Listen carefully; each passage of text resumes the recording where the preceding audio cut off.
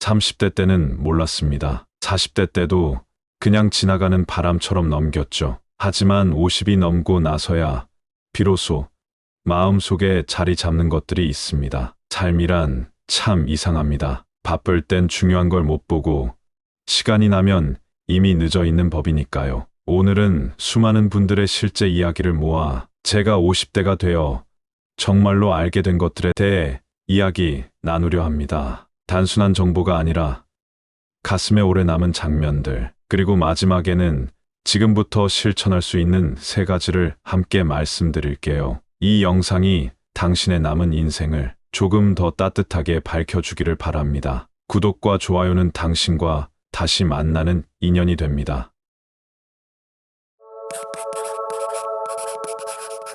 첫 번째, 건강이 나머지의 조건이다. 젊었을 때는 건강해지는 법을 이야기합니다. 운동, 보약, 식단. 하지만 나이 들면 주제가 달라집니다. 어떻게 덜 아플 것인가? 건강은 선택이 아니라 전제 조건입니다. 큰 병은 사소할 때 다스려야 합니다. 우리는 흔히 병이 나면 병원을 찾습니다. 하지만 진짜 건강관리는 병이 나기 전의 삶에 달려 있습니다. 한 58세 남성의 이야기입니다. 그는 평생 직장 일에 몰두했고 운동은 다음 생애에 하자며 농담처럼 넘겼습니다. 하지만 퇴직 직후 받은 건강검진에서 당뇨, 고혈압, 지방간 진단을 동시에 받았습니다. 그는 말합니다. 그동안 돈을 모았는데 그 돈으로 내 병을 사게 될 줄은 몰랐어요. 또 한 여성은 갱년기 이후 계속 피로감에 시달렸습니다. 병원에 가도 특별한 병명은 없었습니다. 하지만 매일 20분씩 걷기 시작하자 6개월 만에 기분과 수면, 상태가 눈에 띄게 개선되었습니다. 또 다른 분은 허리 통증으로 인해 여행을 포기하고 사람들과의 만남을 줄였습니다. 그러다 작은 스트레칭 루틴과 유튜브 요가 영상 하나로 다시 일상으로 돌아올 수 있었다고 말했습니다. 건강은 돌이킬 수 없을 때 비로소 절실함이 됩니다. 지금 느끼는 작은 피로, 그것이 바로 신호입니다. 두 번째, 말 많이 해봐야 오해만 생긴다. 50을 넘어서면 알게 됩니다. 말로 모든 걸 해결할 수 없다는 거요. 특히 가까운 사람일수록 더 그렇습니다. 부부, 자녀, 형제자매, 오래된 친구. 말이 많아질수록 상처도 깊어집니다. 삼국지에서 유비가 조조를 피해 떠날 때 장비는 분노에 휩싸여 싸우려 했지만 유비는 단 한마디로 상황을 정리했습니다. 지금은 참아야 할 때다. 그 침묵 속에는 1000가지 감정과 10,000가지 책임이 들어 있었습니다. 말로 다 전달되길 기대하지 마세요. 오히려 침묵은 신뢰의 또 다른 언어일 수 있습니다. 한 부부는 퇴직 후 하루 종일 함께 있으면서 자주 다투게 되었습니다. 사소한 말 한마디가 싸움으로 번지고 피곤한 날엔 서로를 탓하기 바빴죠. 그러다 부인이 말했습니다. 우리 말을 줄여보자. 서로를 해치지 않기 위해서. 그때부터 그들은 하루 한 번만 서로에게 진심을 전했고 오히려 갈등이 줄어들었다고 합니다. 침묵은 때론 사랑의 다른 표현입니다. 한 어머니는 결혼한 딸에게 많은 말을 해주고 싶었지만 결국 하루에 딱 한마디만 전하기로 했습니다. 늘 응원하고 있어. 그 한마디에 딸은 말했습니다. 엄마, 말 안 해도 느껴져요. 고마워요.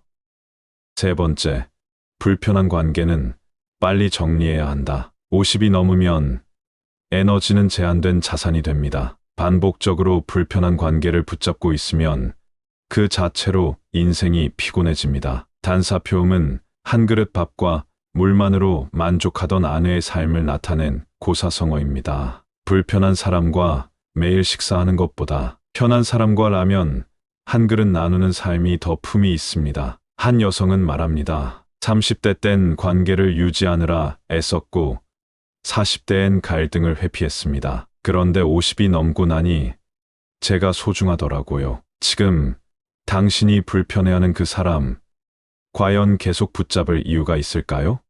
또 한 남성은 말합니다. 40년 된 친구가 있었는데 늘 만나면 내 고민은 듣지도 않고 자기 이야기만 했어요. 어느 순간 그게 너무 버겁더군요. 결국 그는 연락을 끊었습니다. 처음엔 죄책감이 들었지만 시간이 흐를수록 마음이 편안해졌다고 합니다. 관계는 의리가 아니라 균형입니다. 내 마음을 아프게 만드는 관계는 빨리 놓아야 합니다. 네 번째, 자식은 기대의 대상이 아니라 독립된 사람이다. 부모는 평생 자식 걱정을 합니다. 하지만 지나친 걱정은 결국 간섭으로 이어집니다. 삼국지의 조조는 세 아들 중 조비에게 권력을 넘겼지만 끝내 만족하지 못하고 말했습니다. 내 뜻대로 되는 것이 하나도 없구나. 내 자식이라도. 그의 인생은 그의 전쟁터입니다. 한 어머니는 말합니다. 내가 딸의 일에 너무 개입했더니 지금은 저에게 아무것도 말해주지 않아요. 어느 아버지는 대학생 아들의 취업 문제로 매일 조언을 했습니다. 결국 아들은 짜증을 내며 말했습니다. 아버지 인생이 아니에요. 그냥 제가 하게 해주세요. 그제야 그는 깨달았습니다. 자식도 하나의 독립된 인격체라는 것을. 신뢰는 조용한 거리에서 시작됩니다. 다섯 번째, 인생은 비교가 아니라 균형이다. SNS를 보면 흔들립니다. 누군가는 해외여행, 누군가는 조기 은퇴, 누군가는 행복한 가족. 하지만 겉으로 보이는 것이 전부는 아닙니다. 맹자도 말했습니다. 성장은 남과의 비교가 아니라 어제의 나와의 비교다. 한 직장인은 이렇게 말합니다. 친구들은 다 승진하고 나는 아직 과장인데 근데 어느 날 아내가 그러더군요. 당신은 늘 집에 일찍 오잖아. 난 그게 고마워. 또 다른 여성은 SNS를 끊고 나서야 마음이 편해졌다고 말합니다. 비교는 끝이 없고 결국 자존감만 떨어지더라고요. 진짜 지혜는 남과의 거리가 아니라 나와의 균형에서 옵니다. 여섯 번째, 인생은 수익이 아니라 남김이다. 우리는 늘 수익을 계산하며 살아왔습니다. 연봉, 투자 수익, 실적. 하지만 50대 이후엔 질문이 바뀝니다. 무엇을 남겼는가? 삼국지에서 유비는 죽기 전 제갈량에게 말합니다. 내 자식에게 남길 것은 그대의 지혜뿐이요. 한 아버지는 말합니다. 딸아이의 결혼식에서 내가 해준 조언 하나를 평생 간직하겠다는 말을 듣고 그제야 내가 무언가 남겼다는 생각이 들었습니다.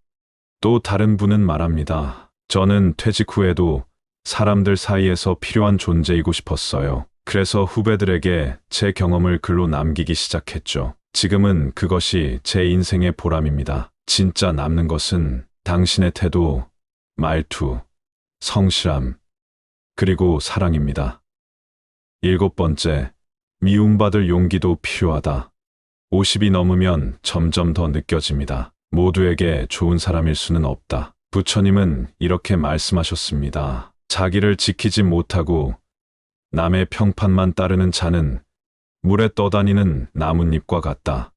한 여성은 말합니다. 늘 좋은 사람이고 싶었어요. 그래서 부탁도 거절 못했고 상처받아도 웃었죠. 근데 어느 날 거울을 보는데 내 얼굴에서 내 모습이 안 보이더라고요. 우리는 오랫동안 좋은 사람 컴플렉스에 갇혀 살아왔습니다. 하지만 나를 지키려면 때로는 미움받을 용기가 필요합니다. 어떤 이는 당신의 거절을 불편해할 수 있습니다. 하지만 그것이 곧 당신의 건강한 경계입니다.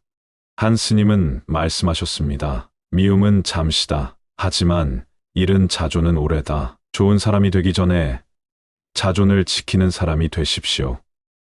여덟 번째, 다 괜찮다는 말, 사실은 힘들다는 것이다. 괜찮아요. 이 말 얼마나 자주 하시나요? 하지만 그 안엔 자주 참음, 포기, 외로움이 숨어 있습니다. 한 남성은 이렇게 말했습니다. 은퇴 후엔 가족도 친구도 더 이상 신경 쓰지 않는 것 같았어요. 그래서 저도 입버릇처럼 말했습니다. 괜찮아.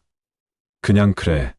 근데 진짜 괜찮아서가 아니라 말해도 소용없다는 마음 때문이었어요. 부처님은 말씀하셨습니다. 속의 병은 겉의 병보다 깊다. 진심을 눌러놓으면 마음이 병든다. 괜찮다는 말 속에 자기 감정의 무게를 덜어두지 마십시오. 당신도 말할 수 있습니다. 지금 사실은 조금 힘듭니다. 그 한 문장이 누군가에게도 자신에게도 큰 위로가 됩니다. 9번째, 나를 잃으면서까지 지킬 관계는 없다. 한 어르신은 60대에 이혼했습니다. 사람들은 물었습니다. 이 나이에 무슨 이혼이에요? 그는 말했습니다. 30년을 참고 살았어요. 근데 이제 남은 30년은 나답게 살고 싶어요. 부처님은 말씀하셨습니다. 사랑이라 이름 붙은 속박은 집착이 되어 그대를 얽맨다. 관계는 지켜야 할 것이지만 나를 잃으면서까지 지켜야 할 관계는 없습니다. 가족도 친구도 오래된 인연도 마찬가지입니다. 자신을 매일 깎아내는 관계는 삶을 서서히 부식시키는 독과도 같습니다. 그 관계가 아닌 당신의 마음이 먼저 지켜져야 합니다. 10번째, 결국 내 편은 나 자신뿐이다. 이 인생을 살다 보면 외롭다는 생각이 들 때가 있습니다. 특히 중요한 순간일수록 내가 믿었던 사람보다 스스로의 결단이 나를 더 단단하게 지켜줍니다. 한 여성은 말했습니다. 가장 힘들 때 내 곁에 아무도 없더라고요. 근데 그 덕분에 진짜로 나 자신을 챙기게 됐어요. 부처님은 말씀하셨습니다. 타인의 기대는 물거품과 같고 그대 자신이야말로 가장 든든한 의지처다. 이제는 외로움을 두려워하기보다 스스로를 가장 믿는 사람이 되는 것이 중요합니다. 그 어떤 응원보다 나는 나의 가장 좋은 친구라는 내면의 목소리가 당신을 지켜줄 것입니다. 지금부터라도 늦지 않았습니다. 50이 되어 알게 된 이 진실들을 바탕으로 오늘부터 실천해 볼 수 있는 3가지를 말씀드릴게요. 당신의 인생은 지금도 여전히 진행형입니다. 우리는 종종 너무 늦은 건 아닐까라고 생각하지만 지금 이 순간의 선택이 미래를 완전히 바꿔놓을 수 있습니다. 첫 번째, 하루 30분 걷기입니다. 내 몸은 내 인생의 기둥입니다. 걷는다는 것은 스스로를 위한 기도이자 치유입니다. 두 번째, 마음이 불편한 관계 하나 정리하기입니다. 관계의 정리는 인생 정리의 시작입니다. 하나를 내려놓을 때 마음에 여백이 생깁니다. 세 번째, 감사한 일 매일 한 문장 쓰기입니다. 감사는 삶을 따뜻하게 다시 엮는 작업입니다. 오늘도 이만큼 살았구나라고 기록해 보세요. 부처님은 이렇게 말씀하셨습니다. 모든 깨달음은 지금에서 시작된다. 이제는 남은 인생이 아니라 남기고 싶은 인생을 살아야 할 시간입니다. 50대 이후의 인생은 끝이 아니라 2번째 봄입니다. 자신에게 다시 기회를 주세요. 가장 당신다운 삶을 시작할 지금입니다. 이 영상이 마음에 닿았다면 좋아요와 구독을 눌러주세요. 그리고 댓글로 남겨주세요. 당신이 가장 공감한 하나의 문장. 당신의 이야기를 기억하는 채널 생각저장소였습니다. 감사합니다.